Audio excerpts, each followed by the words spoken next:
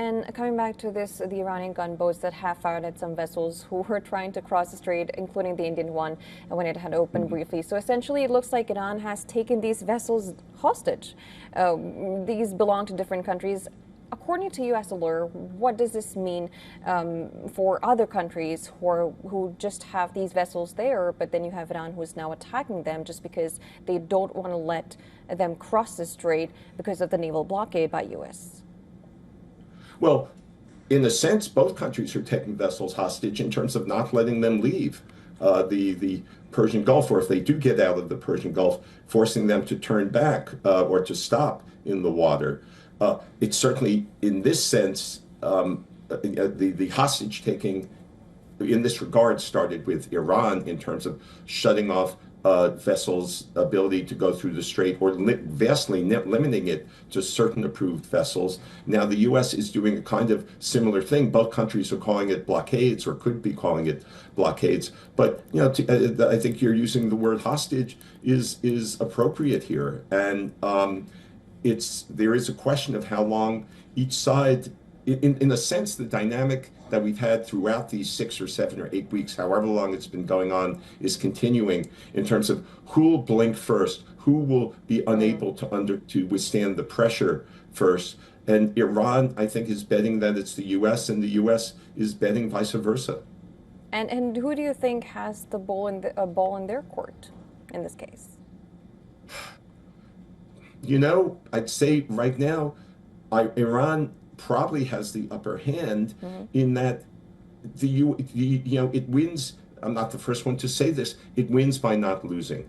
The regime is still seems to be pretty securely in place. There may be differences of opinion between the very hardline and the less hardline forces over certain steps that may have come out over this announcement of the strait being opened and then that announcement being reversed.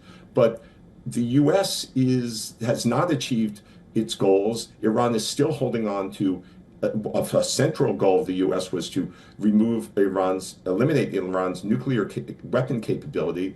There doesn't as yet seem to be any movement in that regard. And Iran now has control of the strait, whereas before this war, it didn't. I mean, one other factor to take into account is President Trump has been boasting, we destroyed their Air Force, we destroyed their Navy. However, the New York Times just reported today that according to intelligence sources, 40% of Iran's drones still exist, 60% of its missile launchers still exist, and it's very possible that with the ceasefire, that's playing into Iran's hands more than the U.S. in that it could either reconstitute its weaponry or bring them out of hiding, dig them out of wherever they might have been buried by bombing and the like, and even that can help Iran. So I'm not saying one side is as absolutely the upper hand, but to answer your question, I'd say Iran is closer to having at least a relative upper hand. Of course, Hormuz Strait has become Iran's most important bargaining chip, and you also raised the issue of the nuclear enrichment, which is, of course, the sticking point that has been taking place even before the 12-day war in 2025.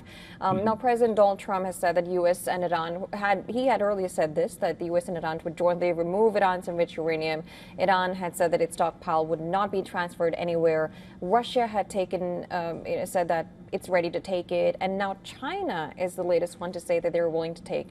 According to you, what is the most probable solution to the nuclear enrichment or nuclear weapon or nuclear issue, as I would say, between U.S. and Iran at this point? Well, that's a great question. I wish I had a great answer. My speculation is that the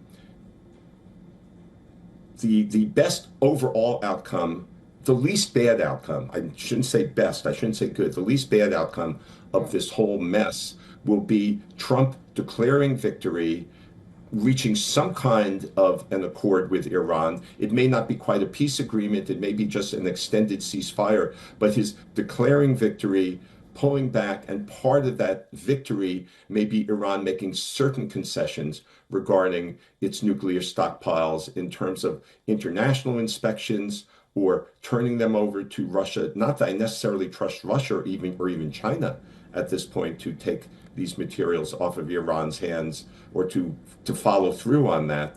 But hopefully the U.S. in some ways getting part of what it wants in terms of claims that we destroyed much of its military, we destroyed much of its leadership, et cetera, et cetera. And Iran giving the U.S. some reason to believe that at least within the next year or two or three, it won't be reconstituting or actually strengthening the nuclear fuel it has to the point where it's weapons grade material.